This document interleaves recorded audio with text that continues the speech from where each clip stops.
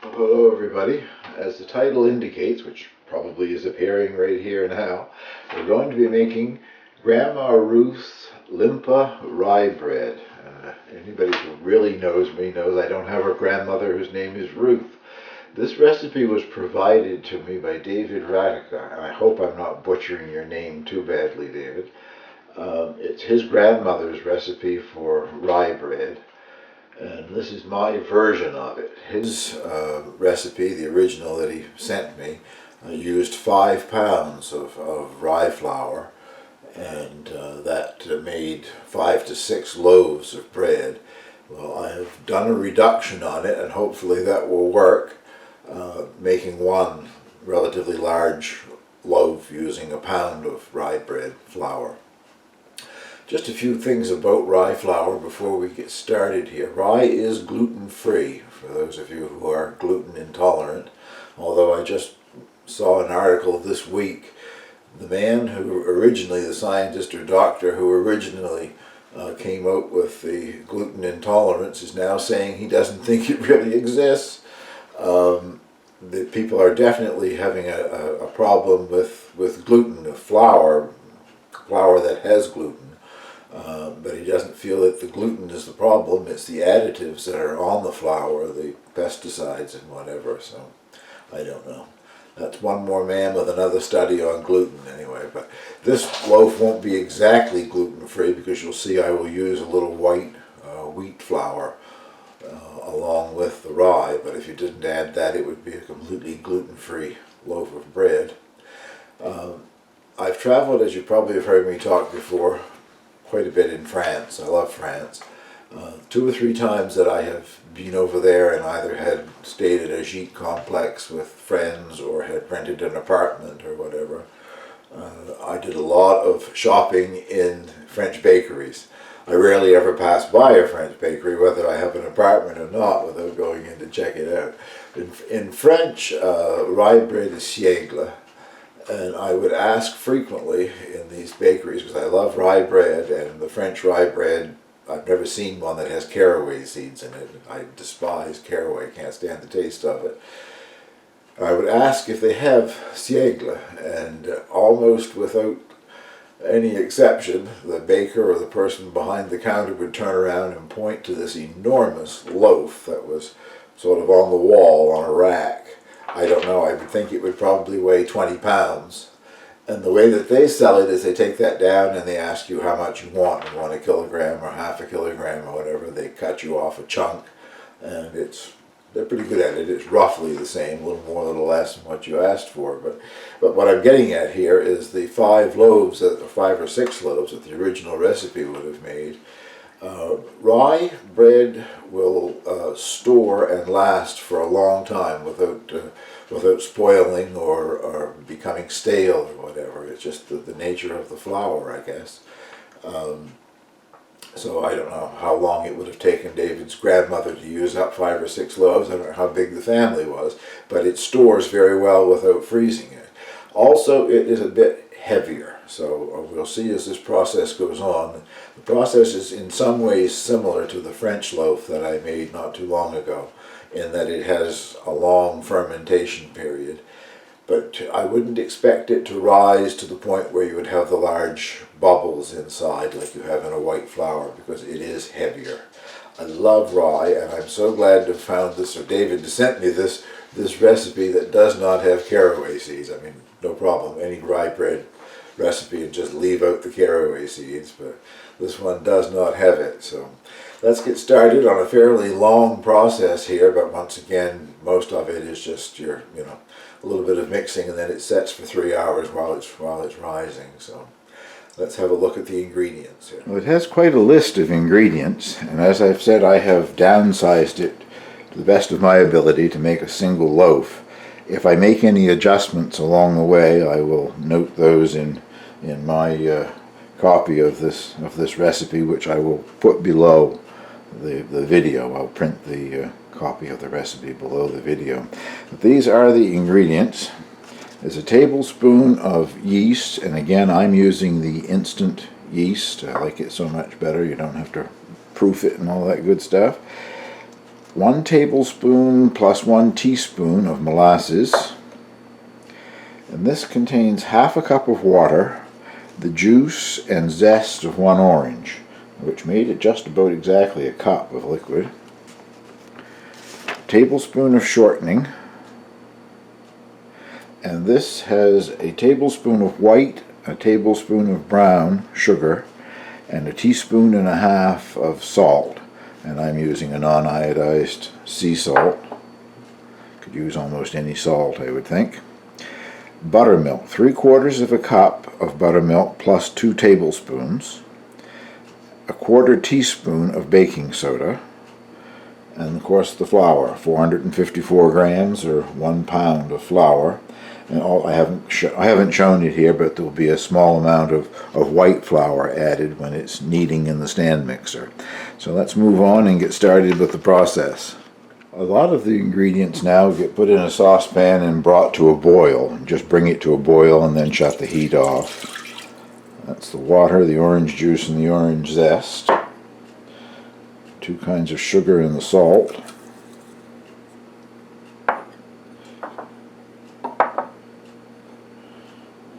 And the molasses. I oiled this little dish that has the molasses in it. Just put a few drops of olive oil and rubbed it around. It makes it pour out much better. Not perfect, but much better. If you stand here forever, it'll eventually all come out. Okay, so that gets... I gotta lick my finger. Love molasses. That gets just brought to a boil, and then you allow it to cool down to a tepid temperature again. I'll bring you back at that point. Knew I was forgetting something. The tablespoon of shortening. Vegetable shortening goes in there as well. Get that melted. Okay, I just brought it to a boil, and as soon as it came to a boil, took it off the heat. And now you can add the buttermilk.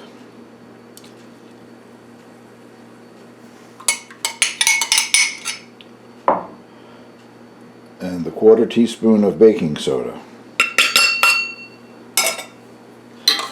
Adding that will help start the cooling process, so it'll still have to cool a bit more.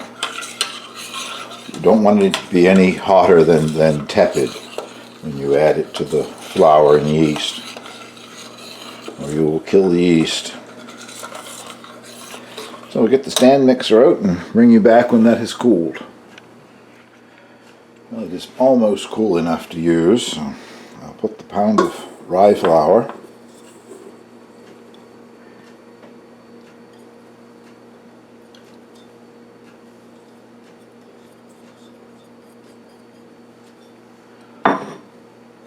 and the yeast in the stand mixer here. Give that a bit of a whirl.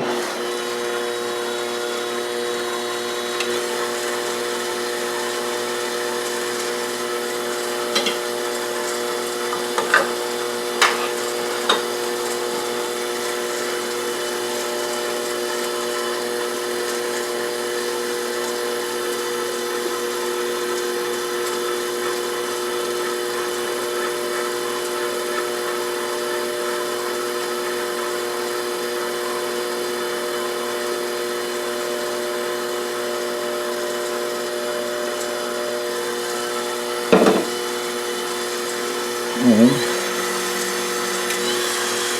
I'll let that mix until it comes together. I've got a suspicion that I'm going to end up adding more rye flour. That was a lot of liquid for a pound of flour. So that may be the first adjustment that I have to make. I'll bring you back in a few minutes here and see what that's looking like. No, I don't think I do have to change the amount of rye flour. That's looking pretty good. In the original recipe, it was hand kneaded. And to make it easier to knead, you added anywhere from 1 to 2 cups of white bread flour, because this would be quite sticky. So I think I can make the adjustment with just adding white flour, and eventually get a dough that will come up and knead on the dough hook there. I'll bring you back and show you that. hopefully when I'm successful with it. Well, I've added less than a cup, more than 3/4 of a cup of white flour, and I'm getting a dough now that can be kneaded. So I'll let that go on a medium speed 3 on my KitchenAid stand mixer here, and bring you back once it's finished kneading. I'll only let it knead for about 5 minutes. Normally when you're kneading like a white flour, or whole wheat flour even, what you're doing is developing the gluten. Well, there isn't any gluten to develop in rye, with the exception of the about 3/4 of a cup or so of white flour that I added. If you're doing this by hand, want to knead it by hand, the instructions in the original recipe were to oil your hands. I think it suggested margarine or something, but anyway, any oil that you have available, because it is quite a sticky dough. Right now it isn't sticky at all. Now it does its first proofing. Cover it with a little oil. Get the oil on the bowl until at least double in bulk. And that would be somewhere between 2 and 3 hours, I would think. So, at room temperature, you don't want to put it anywhere where it's too hot or anything. You want it to gradually develop. This is its first rising. Well, it certainly didn't need the 3 hours. This has been about 1 hour and 40 minutes at room temperature.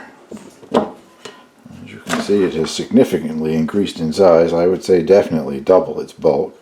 And all you do now is knock it back, knead it a few times.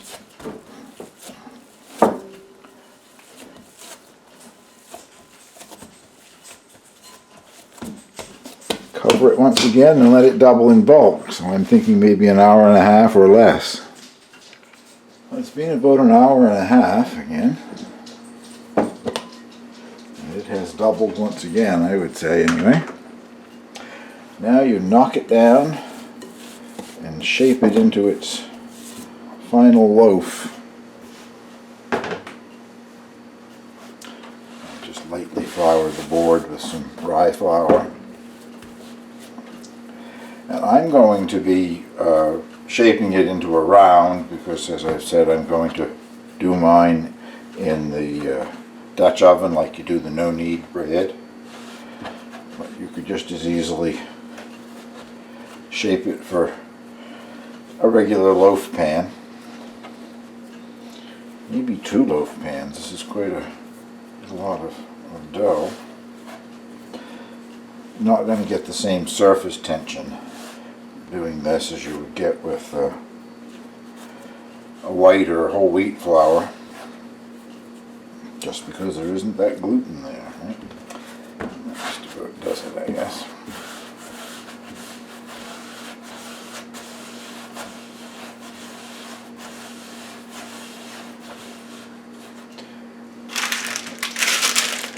Now I raise it, put it on the back of a cookie sheet with parchment paper, and let's see if I could find it. I dust a little flour over it, just so it won't. I don't think it would stick anyway, but just so it won't stick to the tea towel that I'm going to put over it.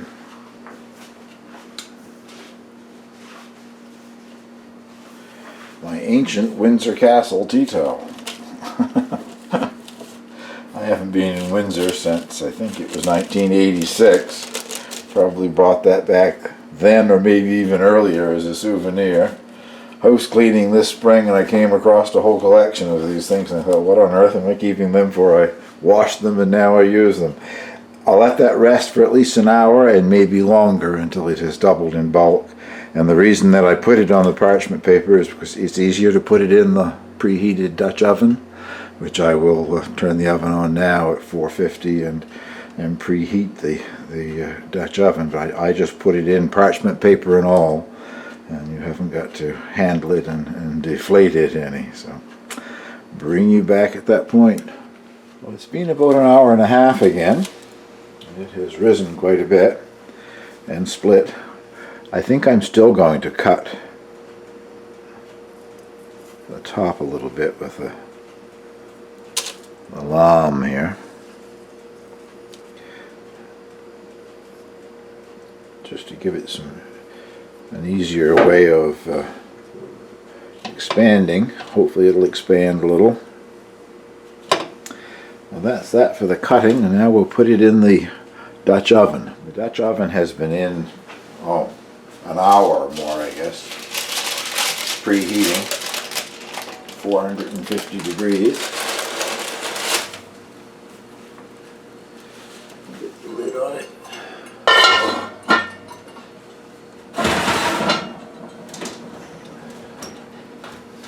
And 30 minutes from now I'll take the cover off and let it go for 10 to 15 minutes without a cover.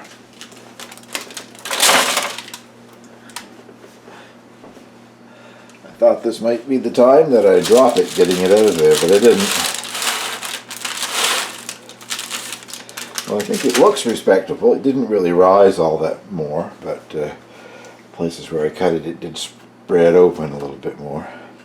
Now, to let it rest for at least an hour while it cools before we can cut it.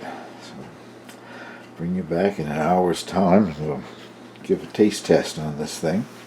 I've been meaning to say throughout the video here that I think the word limpa, that's in Limpa Rye, that's in the title here, I think it's Swedish. I think David told me his grandmother was Swedish. Anyway, whatever language it's in, I did a search to find out what it means. And it means a rye bread made with brown sugar or molasses. Well, this must be double limpa, I guess, because this has both molasses and brown sugar in it. So we'll test this in about an hour's time. I'll bring you back then. Well, it's been a little over an hour, and the loaf is still warm, but not hot or anything.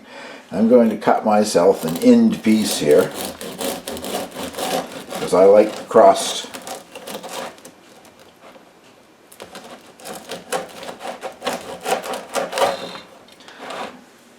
I'll give you an idea of what it looks like on the inside. I saw something on, I think it was Facebook. You're always seeing these silly things on Facebook, wanting to know what different people called this particular slice of bread off the end of the loaf. And I could only think of one thing that we ever call it, so if you call it something different, let me know. But it's the heel here, the heel of the loaf of bread. I didn't bother to check to see if anybody was making other guesses or not.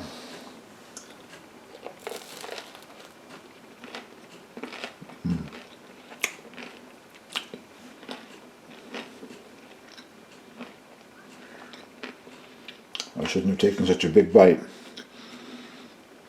Very good crust. A lovely rye flavor. And I'm tasting the orange as well. I was wondering if the orange would show through.